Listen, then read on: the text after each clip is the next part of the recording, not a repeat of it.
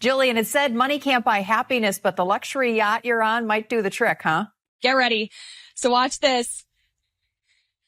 Oh my God. I know, right? Did I scare you? Because when I first saw that happen, my jaw actually dropped because I was so infatuated with how the glasses, the plate did not move. I mean, but come over with me this way. I mean, there's so much more on this yacht. There's a sink. There's even a grill. I mean, who wouldn't want to be on a yacht and grilling? Because I know I would.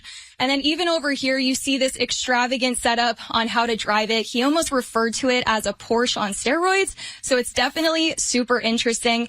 But I think the $1 million question everyone's wondering is, well, how much does a boat like this cost? Well, under $1 million. So I better start saving my money. But if anyone wasn't able to make it out today, this does go until Sunday. So you'll have an opportunity to come see boats just like the one I am on. But for now, reporting live in downtown Fort Myers, Jillian Haggerty, Wink News.